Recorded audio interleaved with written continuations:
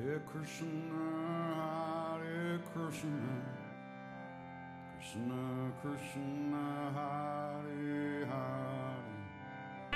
હરે કૃષ્ણ મંદિર ભાડજ અમદાવાદથી આવ્યા છીએ અને અત્યારે ગીતા જયંતિનું સેલિબ્રેશન કરી રહ્યા છીએ અમે લોકો.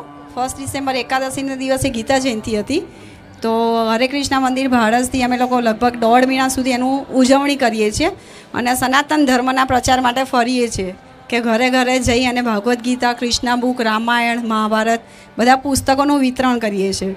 હું અહીંયા કેવી રીતે આવી એવું તો કહું તો કદાચ હું એવું માનું છું કે કદાચ તમે મને બોલાવી હશે એટલે હું અહીંયા સુધી પહોંચી છું. મેં આ એરિયામાં હું ફર્સ્ટ ટાઈમ આવી છું મારી, પણ મને કોઈક તમારા એક ભક્ત અહીંયા રેગ્યુલર આવે છે અને એનો કોન્ટેક્ટ થયો ને એમણે એવું કીધું કે તમે ભક્તોને શોધો છો, તમે સનાતન ધર્મનો પ્રચાર કરવા માગો છો, તો એક બહુ સારું સ્થળ છે, તમે ત્યાં જાઓ તો તમને બહુ સારો રિસ્પોન્સ મળશે એમ. તો એમને મેં પૂછ્યું તો કઈ જગ્યાએ છે, તો એમને તમારું એડ્રેસ આપ્યું કે તમે રવિવારે જજો, તમને બહુ સારો રિસ્પોન્સ મળશે અને માડીના આશીર્વાદથી તમે તમારું કામ, તમારી સેવા કરી શકશો એમ. તો અમે આજે બપોરે આવ્યા હતા તમારા સ્વયંસેવકોના સપોર્ટથી. અમારી જે ઈચ્છા હતી કે અમે ભગવાનની સેવા કરીએ, ભગવાન રામ કૃષ્ણના પુસ્તકો અમે ઘરે ઘરે સુધી પહોંચાડીએ, સનાતન ધર્મનો પ્રચાર કરીએ, લોકોની જાગૃતિ અમે વધારીએ કે ભગવાન શું છે, ભગવાન વિશે જાણો અને ભગવાન જ આપણા માટે સર્વોપરી છે. એ વસ્તુ એ અમે સેવા તમારા સપોર્ટથી અમે કરી શક્યા છીએ માડી. તો અમે તમારો ખૂબ ખૂબ આભાર માનીએ અને તમારા આશીર્વાદની અમે અપેક્ષા રાખીએ છીએ. ભલે રામ રામ. હું રામબારી મેલડી માં તરીકે ઓળખાઉં. હા, દુનિયા માટે મારા નામનો પ્રભાવ એવો છે ખૂંખાર મેલડીમાં. આ કેવા મેલડીમાં હશે? કદાચ તમે પ્રવચન સાંભળ્યું હશે ધ્યાનથી, તો માતા શું કાર્ય કરી રહી છે એ પ્રવચનના શબ્દોથી તમે કૃષ્ણની ભક્તિ કરો છો તો એ અનુસાર તમને ખબર પડી ગઈ હશે કે મારી શું કાર્ય કરી રહ્યા છે. આવા હજારો લાખો ભક્તો જે દૂર દૂરથી ગામડાઓ વિસ્તારોમાંથી જે ગ્રામીણ પરંપરામાં હજુ જીવન જીવે છે, જે પરંપરા જૂની પકડી રાખી છે, જેમ કે માતાજી હોય તો માતાજીના બકરાની બલિ ચડાવો તો મેલડીમાં પ્રસન્ન થાય. જો માતાજીને બકરો ના આપો તો મેલડીમાં ક્રોધિત થાય. કોઈએ કરી નાખ્યું છે, આ માતાજી નડ્યા, આ નડ્યું, પેલું નડ્યું, આ બધી વસ્તુથી ભ્રમિત થઈ લોકો દર ભટકે છે. એ ભટકેલા માણસોને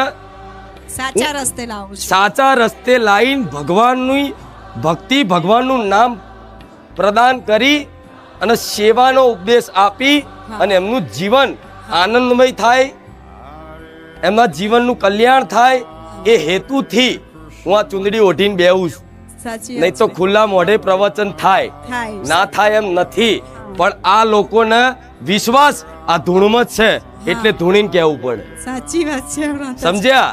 આ લોકો આજે ગ્રામીણ વિસ્તારોમાંથી આવે છે, જે બાપ દાદાઓની જૂની પરંપરાઓ પકડી રાખી છે.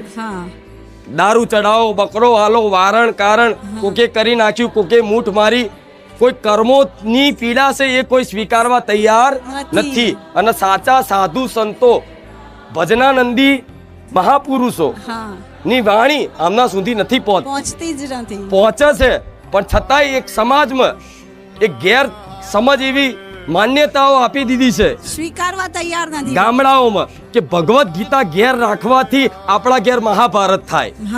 આ લોકોની માન્યતા આવી છે કે ભગવદ ગીતા ઘરે રખાય નહીં તો આપણા ઘેર મહાભારત થાય. કૃષ્ણ ભગવાનનો અર્જુનજીનો ફોટો ના રખાય નહીં તો આપણા ઘેર યુદ્ધો થાય. પણ ખરેખરમાં એ ભગવદ ગીતા જે કૃષ્ણ ભગવાને અર્જુનજીનો સંવાદ થયો તો એ લોકો આ યુદ્ધ રૂપી જોવે છે કે ભગવાન યુદ્ધ કરવાનું શીખવાડે છે, પણ ભગવાને યુદ્ધ કરવાનું શીખવાડ્યું નહીં, એ યુદ્ધ તમારી અંદર રહેલા અવગુણો સાથે કરવાનું શીખવાડ્યું. આ લોકો આ બધી વસ્તુને જે સમજે છે બરોબર, પણ જે ગ્રામીણ પરંપરાઓમાં જે જીવે છે, ખોટી માનસિકતાઓમાંથી પરેશાન થાય, જે અજ્ઞાનતામાં જીવે છે, એમને સાચું જ્ઞાન આમ જ રહી અને માતા આપું. મારું કોઈ બીજો ઉદ્દેશ નથી, અંધશ્રદ્ધા ફેલાવવાનો ઉદ્દેશ નથી. મારા ધામમાં પૂછો, આજે તે ક્યારેય કોઈ વારણ કારણની વિધિ નથી થતી. કોઈ ખીલા ચોકી કોઈ જાતનું નહીં, કોઈ બકરા દારૂની માનતા નહીં, કશું જ નહીં. અહીંયા તમને દાન કરવાનો આગ્રહ જોવા નહીં મળે. અહીં સ્વયંથી જાતે પોતાની ભાવ ભક્તિથી જે કરે એનાથી આ બધા આયોજન થાય છે. અને ઘણા મારા ભાવિક ભક્તો ને રામ ને કૃષ્ણ ભગવાનનું નામ આજે જપતા કરી દીધા. મારા ધામ તરફથી દર રવિવાર 20 થી 25 થી 30,000 જેટલી રામ નામની બુકો થાય. ઘરે ઘરે જઈ નાના નાના બાળકોથી તે મોટા વૃદ્ધો સુધી રામ રામ જપ કરે છે. કોઈને કૃષ્ણ નામ જપવું હોય તોય તે કૃષ્ણ હરે રામ એ જપો તોય ચાલે. ભગવાન નામની મહિમા શું છે? ભગવાન નામની મહિમા તો ભગવાન ખુદ નહીં કહી શકતા. પણ એક થોડી જેમ રામ સેતુ તો નહીં બંધાય પટેલ, પણ એક પથ્થર તો મૂકી શકીએ. ખિસકોલી જેવા તો બની છે. ખિસકોલીનું સામર્થ્ય નથી કે આખો રામ નું સેતુ બનાવી શકે, પણ એક પ્રયાસ તો છે. આ એક નાનકડો પ્રયાસ હતો અને નાનકડો પ્રયાસ આજે મારા ભગવાનની કૃપાથી આટલો વિશાળ બની ગયો. જ્યાં ભક્તો સ્વયં થી જાતે આવે છે. હા, અને તમે જે પ્રચાર પ્રસાર કરો છો એ ખૂબ સરસ કાર્ય છે. ભગવાને તમને નિમિત્ત રાખ્યા. તમારા જેવા સત્પુરુષોના સત માતાઓના આશીર્વાદથી જ અમે કામ કરીએ છીએ. સાચું કહું ને તો અમને તો આ વાતાવરણ જોઈને એક વખત એવું લાગ્યું કે શું ધન્ય છે કે આ ધરતી ધન્ય થઈ ગઈ છે, કે આટલું પવિત્ર વાતાવરણ છે, આટલો સનાતન ધર્મનો પ્રચાર થાય છે. લોકોના હાથમાં ડિજિટલ કાઉન્ટર જોઈને અમે ખુશ થઈ ગયા. સાચું કે લોકોને જોડે જાપ કરાવવી કઈ સહેલી વસ્તુ નથી. કળિયુગમાં લોકો જોડે ભગવાનનું નામ લેવડાવવું એટલે લોઢાના ચણા ચાવવા જેવું છે. લોકો મોબાઈલથી બહાર નથી નીકળતા, અને એ જ વ્યક્તિઓ જો ડિજિટલ કાઉન્ટરથી જાપ કરતા હોય એટલે ધન્ય છે આ ધરતી ને ધન્ય છે અહીંના માણસો. ભલે રામ ખૂબ સરસ ગમ્યું. પણ અમે તમારા માટે એક પુસ્તક લઈને આવ્યા છીએ. લાવો.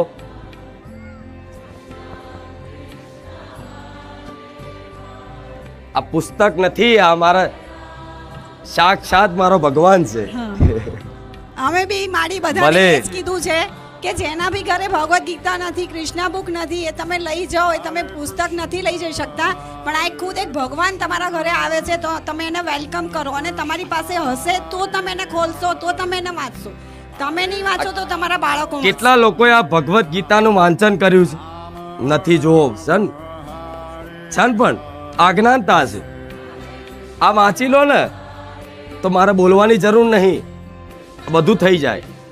મારી આજે અમે તમારા નામથી જ અમે પ્રચાર કર્યો છે, ખોટું નહીં બોલું. અમે એવું કીધું છે કે ભાઈ માળીએ કીધું છે કે આ ભાગવત ગીતાનો લો અને એનો પ્રચાર કરો. ખોટું નહીં બોલીએ. નહીં, સરસ કાર્ય. ખોટું બોલવાની ક્યાં વાત છે? અને ભગવત ગીતા વાંચવી જોઈએ એ આજનું કીધું છે. પહેલેથી કહું છું માતા, ઘણા સમયથી હાથમાં હું રાખું છું ને બતાવું છું કે વાંચો. આમાં ભક્તિ યોગ, જ્ઞાન યોગ, રાજ યોગ, ધ્યાન યોગ, 18 અધ્યાયના 18 યોગ છે.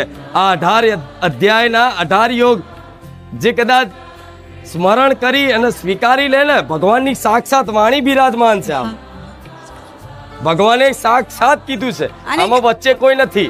ડાયરેક્ટ કૃષ્ણ ભગવાને સમયનું કાળ ચક્ર રોકી અને અર્જુનજીને ઉપદેશ આપી. અને અર્જુનજીને ખરેખરમાં નતા હતા, એ તો નર અને નારાયણ હતા, પણ એમનો સાક્ષાત આવનારા યુગમાં કળિયુગમાં આ કળિયુગના અજ્ઞાની જીવોના ઉદ્ધાર માટે આ ભગવત ગીતાની રચના થઈ છે.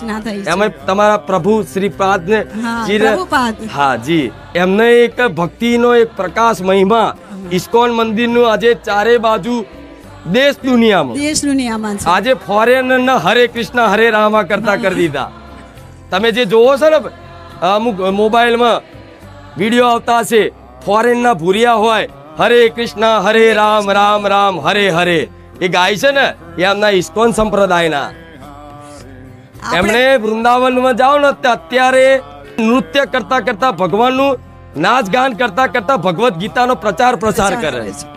એ જોઈને ખૂબ આનંદ થયો કે ના, જોઈ આપણા દેશમાં જ્યાં સુધી આવા ભક્તો છે, ત્યાં સુધી ભગવાનનું સનાતન ધર્મનું કોઈ અસ્તિત્વ મિટાઈ શકવાનું નથી. એની ધજાઓ લહેરાઈશ. હા, ધર્મની ધજા છે, આ ધર્મની ધજા છે. ભલે દુનિયાના જે દેખાય, લોકો આ નોંધ લે ના લે, આ નોંધ લેવા માટે નથી રચાયું. નથી.